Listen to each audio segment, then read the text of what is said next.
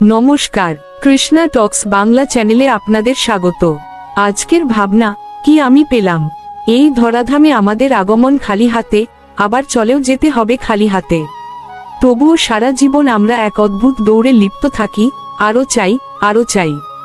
কিন্তু দিনের শেষে যদি আমরা আয়নার সামনে দাঁড়িয়ে নিজেকে প্রশ্ন করি, এই জীবনে সব পাওয়ার ভিড়ে আসলে স্থায়ীভাবে কি আমি পেলাম, তবে উত্তর খুঁজে পাওয়া বড় কঠিন হয়ে পড়ে। আমরা ভাবি অঢেল ধন সম্পদ, প্রতিপত্তি আর সম্মানই বুঝি জীবনের প্রাপ্তি। কিন্তু গীতায় ভগবান শ্রীকৃষ্ণ আমাদের মনে করিয়ে দিয়েছেন যে এই জগতের কোনো বস্তুই স্থায়ী নয়। তাহলে প্রকৃত প্রাপ্তি কি? প্রকৃত প্রাপ্তি হলো সেই শান্তি, সেই ভক্তি এবং সেই বোধ যা মানুষকে মৃত্যুর মুখেও স্থির রাখতে পারে। প্রাপ্তির গোলকধাঁধা ও শ্রীমদ্ ভগবদ্গীতার শিক্ষা। আমরা যা কিছু অর্জন করি তা আসলে এই মায়ার জগতেরই অংশ। শ্রীমদ্ ভগবদ্গীতার ২য় অধ্যায়ের ৬৯ নম্বর শ্লোকে ভগবান এক গভীর সত্য উন্মোচন করেছেন। জানিষা সর্বভূতানাং তোসাং জাগর্তি সংযমী যোস্যাং জাগ্রতি ভূতানি সানিশা পশ্যত মুনে। অর্থ, সকল জীবের কাছে যা রাত্রি অর্থাৎ আধ্যাত্মিক জ্ঞান বা আত্মতত্ত্ব, আত্মসংযমী ব্যক্তি সেই সময়ে জাগ্রত থাকেন। আর যে জাগতিক বিষয়ে সাধারণ মানুষ মত্ত থাকে, তত্ত্বদর্শী মুনিদের কাছে তা রাত্রির মতো অন্ধকার বা তুচ্ছ। আমরা ভাবছি আমরা অনেক কিছু পেলাম, কিন্তু আসলে আমরা হারাই আমাদের অমূল্য সময়ে। যে মুহূর্তটি চলে যাচ্ছে তা কোটি টাকা দিয়েও ফিরে পাওয়া সম্ভব নয়। তাই প্রকৃত পাওয়া হলো ভগবানের সঙ্গে নিজের সম্পর্ককে নতুন করে খুঁজে পাওয়া। তত্ত্বাগী যেখানে শ্রেষ্ঠ প্রাপ্তি। ভারতের আধ্যাত্মিক ইতিহাসে তাকালে দেখা যায়, যারা সবকিছু ছেড়েছেন তারাই আসলে সবকিছু পেয়েছেন। ভাবুন মহাপ্রভু শ্রীচৈতন্যদেবের কথা, কিংবা মীরাবাই এর কথা। তারা রাজকীয় সুখ ত্যাগ করেছিলেন বলেই ভগবানকে পেয়েছিলেন। আমরা প্রতিদিন মন্দিরে যাই, প্রার্থনা করি, কিন্তু আমাদের প্রার্থনা থাকে শর্তসাপেক্ষ। আমরা বলি, ঠাকুর এটা দাও, ওটা দাও। কিন্তু আমরা যদি বলি, প্রভু আমি যেন তোমায় পাই, তবেই আমাদের জীবনের ঝুলি পূর্ণ হবে। পুরীর জগন্নাথ মন্দিরে রাজা যখন রাস্তা পরিষ্কার করেন বা ঝাড়ুদারের কাজ করেন, তখন তিনি বুঝিয়ে দেন যে অহংকার ত্যাগ করাই হলো পরম লাভ। আপনি যদি সারা জীবনে কেবল এইটুকু পান যে আপনি মানুষের প্রতি দয়ালু হতে পেরেছেন, তবে জানবেন আপনি সব পেয়েছেন। জীবনের সঞ্চয় ও অমরত্বের পথ। এই পৃথিবী একটি পান্থশালা মাত্র। এখানে আমরা কয়েক দিনের অতিথি। আমরা যা কিছু সংগ্রহ করছি তার সবটাই এখানে পড়ে থাকবে।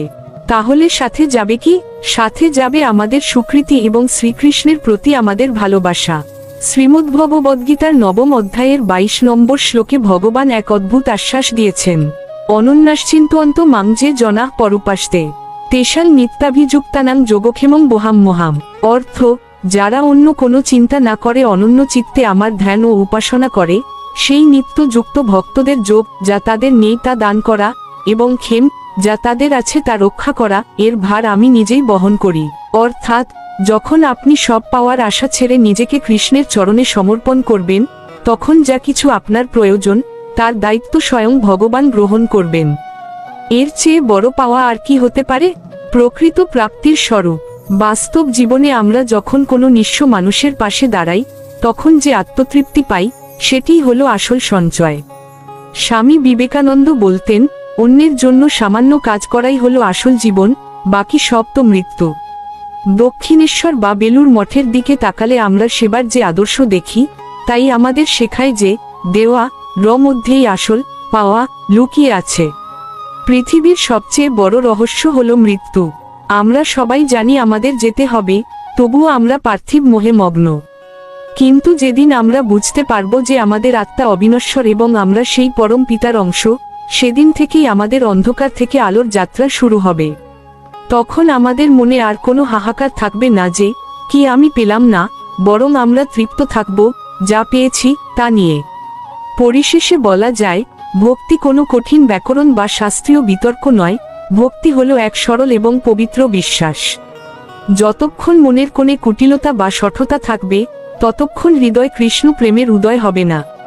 তাই আসুন আমরা আজ থেকে শপথ নিই, আমরা সবাইকে ভালোবাসব, কারো প্রতি মনে কোনো ঘৃণা বা মালিন্য পোষণ করব না। তবেই আমাদের এই মানব জন্ম সার্থকতা পাবে। মনে রাখবেন, অন্যের ভালো চাইলে নিজের ভালো এমনিতেই হয়। শান্তি পাঠের সেই অমর বাণী আমাদের সবার জীবনের মূলমন্ত্র হোক। সর্বে ভবন্তু সুখিন, সর্বে সন্তু নিরাময়া। অর্থ, জগতের সকল প্রাণী সুখী হোক, সবাই রোগমুক্ত থাকুক এবং সবার মঙ্গল হোক। জগতের কেউ যেন দুঃখের ভাগী না হয়। আমাদের এই আধ্যাত্মিক যাত্রায় আমাদের সাথে থাকার জন্য আপনাদের আন্তরিক কৃতজ্ঞতা জানাই। আমাদের চ্যানেলে প্রতিদিন রাত 8টায় জীবনের বিভিন্ন গভীর ও আধ্যাত্মিক বিষয় নিয়ে বিশেষ আলোচনা প্রকাশিত হয়। এছাড়াও দিনের অন্যান্য সময়ে আপনাদের জন্য ছোট ও বড় বিভিন্ন গুরুত্বপূর্ণ আধ্যাত্মিক ভিডিও আপলোড করা হয়। এই আলোচনাগুলো নিয়মিত শুনতে এবং আমাদের পরিবারের সদস্য হতে চ্যানেলটি সাবস্ক্রাইব করে বেল আইকনটি অল অন করে রাখুন। আপনার একটি লাইক এবং কমেন্ট আমাদের আরও অনুপ্রাণিত করবে। সবাই ভালো থাকুন, সুস্থ থাকুন। হরে কৃষ্ণ। বিনম্র নিবেদনে শ্রী মিলন দেবনাথ। কৃষ্ণা টক্স বাংলা।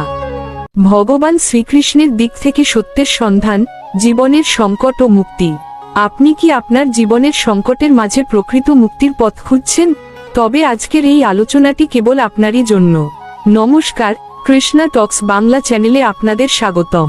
আজকের ভাবনা, ভগবান শ্রীকৃষ্ণের দিক থেকে সত্যের সন্ধান, জীবনের সংকট ও মুক্তি। জীবনের এই দীর্ঘ এবং বন্ধুর পথে চলতে চলতে আমাদের প্রত্যেকের জীবনেই এমন একটি সময় আসে যখন মানুষ হঠাৎ করেই থমকে দাঁড়ায়। চারদিক থেকে যেন একটি অদৃশ্য দেওয়াল আমাদের ঘিরে ধরে। তখন মনের গহীন থেকে কিছু প্রশ্ন অবিরত আমাদের বিদ্ধ করতে থাকে, আমি আসলে কে? কেন আমার জীবনেই এত কষ্ট? কেন আমি সব সত্য জেনেও, ধর্মকথা শুনেও অন্তরে প্রকৃত শান্তি খুঁজে পাচ্ছি না? প্রিয় দর্শক, এই যে সংকট বা মনের এই অস্থিরতা, একে আপনি আপনার জীবনের দুর্বলতা বলে মনে করবেন না। বরং জেনে রাখুন, এটি হলো একটি পরম ডাক। এটি ভগবান শ্রীকৃষ্ণের চরণে ফিরে যাওয়ার এক করুণ আহ্বান। ভগবান শ্রীকৃষ্ণ গীতায় মানুষের এই সংকটের মূল কারণটি অত্যন্ত নিপুণভাবে ব্যাখ্যা করেছেন। তিনি অর্জুনকে লক্ষ্য করে সমগ্র মানবজাতিকে বুঝিয়ে দিয়েছেন যে, মানুষ যখন নিজেকে কেবল এই রক্ত মাংসের শরীর বলে মনে করে এবং নিজের ইন্দ্রিয় সুখকে কেন্দ্র করে সমস্ত জগৎকে বিচার করতে শুরু করে, তখনই তার জীবনে অশান্তির বিষবৃক্ষ জন্ম নেয়। আমরা সারা জীবন একটি মরীচিকার পেছনে ছুটি। আমরা ভাবি, এই সমস্যাটা সমাধান হয়ে গেলে বোধহয় শান্তিতে থাকব, অথবা ওই মানুষটা বদলে গেলেই আমার জীবন স্বর্গে পরিণত হবে। কিন্তু বাস্তব বড় কঠিন। দেখা যায়, একটি সংকট কাটতে না কাটতেই জীবনের দরজায় আরেকটি নতুন বিপদ এসে দাঁড়িয়ে যায়। এর কারণ কি জানেন? কারণ আমরা সমস্যার মূল শিকড় নিয়ে কাজ করি না, আমরা কেবল সমস্যার ফলাফল নিয়ে লড়াই করি। এখানে একটি সুন্দর উপমা দেওয়া যাক। আমাদের মন হলো একটি আয়নার মতো। আয়নার সামনে যদি ধুলো জমে থাকে, তবে আপনি আপনার নিজের মুখ পরিষ্কার দেখতে পাবেন না। আমরা সারা জীবন আয়নার ধুলো না মুছে নিজের মুখে সাবান মাখি। অর্থাৎ, আমরা আমাদের ভেতরের চেতনার ময়লা পরিষ্কার না করে বাইরের জগৎকে বদলাতে চাই। ভগবান শ্রীকৃষ্ণ আমাদের সেই আয়না পরিষ্কার করতে শেখান। তিনি শেখান যে সত্যের সন্ধান বাইরে কোনো পরিস্থিতিতে নেই, সত্যের প্রকৃত সন্ধান হলো নিজের চেতনার গভীরে। সমুদ্রের তীরের সেই ঢেউয়ের উদাহরণের কথা ভাবুন। সমুদ্রের ধর্মই হলো ঢেউ তোলা। ঠিক তেমনি, এই অনিত্য জগতের ধর্মই হলো দুঃখ আর সংকট নিয়ে আসা। আপনি যদি শান্তিতে স্নান করতে চান, তবে আপনাকে ঢেউয়ের ভেতরেই ডুব দিতে শিখতে হবে। যখন একজন মানুষ কৃষ্ণভাবনায় উন্নত হয়ে বুঝতে শুরু করে, আমি কেবল এই নশ্বর দেহ নই, আমি হলাম পরমেশ্বর শ্রীকৃষ্ণের এক নিত্য এবং চিরন্তন সেবক, তখন থেকেই ধীরে ধীরে তার জীবনের সংকটের রং বদলাতে শুরু করে। সমস্যা তখনও তার জীবনে আসে, কিন্তু সেই সমস্যা আর তাকে ভয় দেখাতে পারে না। ঝড় আসে, কিন্তু সেই ঝড় তাকে সমূলে উপড়ে ফেলতে পারে না, কারণ তার শিকড় তখন কৃষ্ণের চরণে গেঁথে থাকে। শাস্ত্র থেকে একটি বাস্তব উদাহরণ দেওয়া যাক। মহারাজ অম্বরীশের জীবন থেকে আমরা অনেক কিছু শিখতে পারি। তিনি ছিলেন এক বিশাল সাম্রাজ্যের অধিপতি, কিন্তু তার মন ছিল সর্বদা কৃষ্ণের চরণে অর্পিত। যখন দুরাশা মুনির অভিশাপে তার জীবন চরম সংকটে পড়েছিল, তখন তিনি বিচলিত হননি। তিনি পালিয়ে যাননি বা ভয় পাননি। তিনি জানতেন, বিপদ আসুক বা সম্পদ, সবই ভগবানের ইচ্ছা। এই যে অচলা ভক্তি এবং আত্মসমর্পণ, এটিই তাকে মুক্তি দিয়েছিল। আবার গজেন্দ্র মোক্ষ এর কাহিনীর কথা চিন্তা করুন। হাতি গজেন্দ্র যখন কুমিরের কবলে পড়েছিল, সে তার সমস্ত শক্তি দিয়ে লড়াই করেছিল। তার পরিবার, তার সঙ্গী সাথীরা কেউ তাকে বাঁচাতে পারেনি। যখন সে বুঝতে পারল তার নিজের শক্তি ব্যর্থ, যখন সে সম্পূর্ণ অসহায় হয়ে কেবল একটি পদ্মফুল নিয়ে ভগবানকে ডাকল, তখনই ভগবান নারায়ণ তাকে উদ্ধার করতে এলেন। আমাদের জীবনও ঠিক তাই। সংকটের সময় আমরা ভাবি আমার টাকা বাঁচাবে, আমার আত্মীয় বাঁচাবে, কিন্তু শেষ পর্যন্ত একমাত্র কৃষ্ণই আমাদের পরম আশ্রয়। সংকট আসলে আমাদের সেই অহংকার ভাঙার একটি প্রক্রিয়া মাত্র। ভক্তি মানে এই নয় যে আপনি আপনার পরিবার বা সমাজ ছেড়ে কোনো নির্জন পাহাড়ে পালিয়ে যাবেন। ভক্তি মানে হলো জীবনের প্রতিটি কাজ, প্রতিটি শ্বাস, এমনকি প্রতিটি কষ্টের মুহূর্তকেও ভগবান শ্রীকৃষ্ণের স্মরণে অর্থবহ করে তোলা। সংকট তখন আর বাধা মনে হয় না, বরং সংকট তখন এক পরম শিক্ষকের মতো আমাদের জীবনের ভুলগুলো শুধরে দেয়। আমাদের মনে রাখা দরকার, গীতায় শ্রীকৃষ্ণ কিন্তু যুদ্ধ থামিয়ে দেননি, বরং তিনি অর্জুনকে যুদ্ধের মাঝখানে দাঁড়িয়ে স্থির থাকার শক্তি দিয়েছিলেন। কৃষ্ণ আপনার সমস্যা রাতারাতি দূর করে দেবেন না, কিন্তু তিনি আপনাকে সেই সমস্যাকে জয় করার মতো অজেয় মানসিক শক্তি দান করবেন। যখন আমরা সত্যের সন্ধান ভগবান শ্রীকৃষ্ণের দিক থেকে করি, তখন জীবন আমাদের শত্রু মনে হয় না। সংকটও তখন ভগবানের এক আশীর্বাদ মনে হয়। আজ যদি আপনি ক্লান্ত বোধ করেন, যদি মনে হয় দেওয়ালে পিঠ থেকে গেছে, যদি হতাশায় বুক ফেটে যায়, তবে একবার স্থির হয়ে বসুন। জেনে রাখুন, এটাই সেই পরম মুহূর্ত যখন ভগবান শ্রীকৃষ্ণ আপনাকে নিজের কোলের কাছে ডাকছেন। তিনি চাচ্ছেন আপনি যেন জগতের মায়া ছেড়ে তার পরম আশ্রয়ে ফিরে আসেন।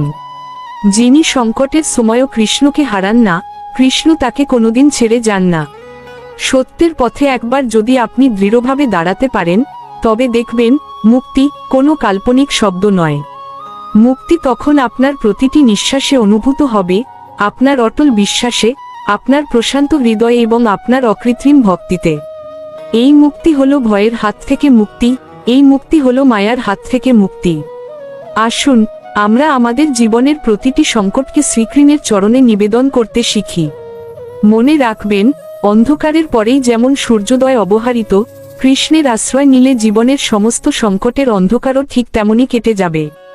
জীবন তখন এক বোঝা নয়, জীবন হয়ে উঠবে এক দিব্য উদযাপন। এই রকম আরও গভীর এবং জীবনমুখী আধ্যাত্মিক আলোচনা শুনতে প্রতিদিন রাত 8টায় কৃষ্ণা টক্স বাংলা চ্যানেলের সঙ্গে থাকুন। আমাদের এই ক্ষুদ্র প্রয়াস যদি আপনার জীবনে সামান্যতম আলোর দিশা দেখাতে পারে, তবে একটি লাইক দিয়ে আমাদের উৎসাহিত করবেন। আপনাদের মূল্যবান মন্তব্য আমাদের আগামী দিনের প্রেরণা। আধ্যাত্মিক এই যাত্রায় আমাদের সঙ্গী হতে চ্যানেলটি সাবস্ক্রাইব করে রাখুন। একটি ছোট্ট কমেন্ট করে জানান, হরে কৃষ্ণ বা রাধে রাধে। আপনার এই একটি শব্দ আমাদের নতুন ভিডিও তৈরির পথে শক্তি যোগাবে। ভক্ত যেমন ভগবানের চরণে সর্বস্ব অর্পণ করে শান্তি পায়, আমরাও তেমনি প্রতিদিন আপনার হৃদয়ের দ্বারে আধ্যাত্মিক প্রসাদ নিয়ে হাজির হই। এছাড়া দিনের বিভিন্ন সময়ে আমরা ছোট ও বড় নানা ধরনের ভিডিওর মাধ্যমে আপনাদের পাশেই থাকার চেষ্টা করি। কৃষ্ণা টক্স বাংলার আধ্যাত্মিক কার্য পৌঁছে দিলেন শ্রী মিলন দেবনাথ। যা কিছু পরম সত্য, তা সবই কৃষ্ণের দান, যা কিছু ভুল, তা একান্তই আমার ক্ষুদ্র বুদ্ধির সীমাবদ্ধতা। সকলে সুস্থ থাকুন, ভালো থাকুন এবং সর্বদা কৃষ্ণ ভাবনায় থাকুন। হরে কৃষ্ণ।